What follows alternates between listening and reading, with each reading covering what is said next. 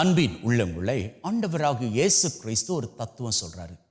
அவர் சொல்றாரு, நாளைக்காக நீங்க கவலைப்படாதீர்கள். நாளையை பற்றி நீங்கள் கவலைப்படுவதற்கு நீங்கள் தெய்வம் கிடையாது. ஏன்னா உங்களுக்கு கொடுக்கப்பட்டிருப்பது நிகழ்காலம் மட்டும்தான். கடந்த காலம் அது உங்க கையில் இல்லை. நிகழ்காலம் உங்க கையில் இருக்கு. எதிர்காலம் என்ன நடக்கும் அப்படின்னு சொல்லி உங்களுக்கு தெரியாது. ஏன்னா அடுத்த செகண்ட் என்ன நடக்கும் அப்படின்னு யாருக்குமே தெரியாது. அப்படி இருக்கிற வேளையில நீங்க எதற்கு அந்த எதிர்காலத்தை குறித்து கவலைப்படுறீங்க? அப்போது எதிர்காலத்தை குறித்து கவலைப்பட வேண்டியது யாரு? தெய்வம். ஏன்னா அவர்தான் முக்காலத்திற்கும் சொந்தமானவர். அவருடைய கவலை என்ன தெரியுமா? அவருடைய கவலை, ஏன் இந்த பையன் இந்த பொண்ணு நாளைய குறித்து கவலைப்பட்டுக்கிட்டு இருக்கிறான்? ரொம்ப சிம்பிளா சொல்றேனே, இன்னைக்கு நாம கண் விழித்தது நாம தெய்வத்துக்கு நன்றி சொல்வதற்கு. ஒருவேளை நாளை நாம கண் விழிக்கல் அப்படின்னு சொன்னா பரலோகத்தில் கண் விழிக்க போகிறோம். அங்கே போய் அவருக்கு நாம் நன்றி சொல்ல போகிறோம். அவ்வளவுதான் வாழ்க்கை.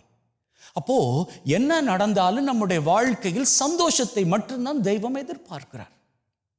அதான் அழகாக சொல்வாங்க இல்லையா, யாரும் சாவை பார்த்து கவலைப்பட தேவையில்லை. ஏன்னா நாம உசுரோடு இருக்கும் பொழுது அதை பார்க்கவே முடியாது. அது வர்ற நேரத்தில் நாம் இருக்க போவதே கிடையாது. ஆகவே எதற்கு நாம நாளையை குறித்து கவலைப்பட வேண்டும்? அதற்காக எதுவும் சேர்த்து வைக்க கூடாது. சேர்த்து வைக்கணும். பேங்க்ல பணம் போட்டு வைக்கணும். ஒரு நல்ல வீடு கட்டணுமா? கட்டத்தான் வேணும். பசங்களுக்கு படிப்பு நல்லபடியாக வர வேண்டும். அப்படி என்பதற்காக அவர்களுக்கு நல்ல படிப்பை கொடுப்பதற்கு நல்ல ஸ்கூலை நாம தேர்ந்தெடுக்கணும்.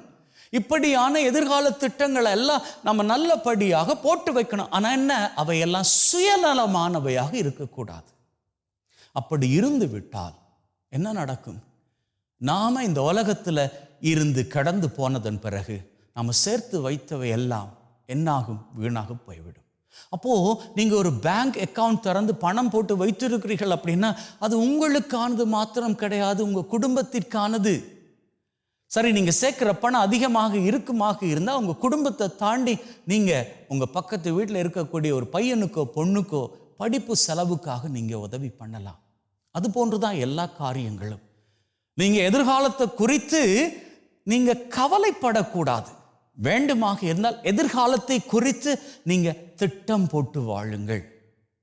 நீங்க திட்டம் போட்டு வாழுகிற வேளையில் அந்த திட்டத்துல நீங்க மட்டும் இருக்கக்கூடாது. உங்களை சுற்றி இருக்கிறார்கள், உங்க குடும்பம் எல்லாரும் அடங்கி இருக்கணும். அப்படி இருக்கிற வேளையில் தான், ஒரு வேளையில இன்றோடு இந்த வாழ்க்கை முடிந்தாலும் கூட நீங்க தெய்வத்தின் சன்னிதானத்துக்கு போனதன் பிறகு அங்கிருந்து கீழே பார்க்கிற வேளையில, நான் என்னால் முடிந்தவரை தெய்வம் எனக்கு கொடுத்த வாழ்க்கையை வைத்துக்கொண்டு நன்மையான காரியங்கள் எல்லாருக்கும் கூடுமான வரையில் பண்ணிவிட்டு வந்து இருக்கிறேன் அப்படின்னு சொல்லி அந்த நிலையில நீங்க மன நிறைவு அடைவீர்கள்.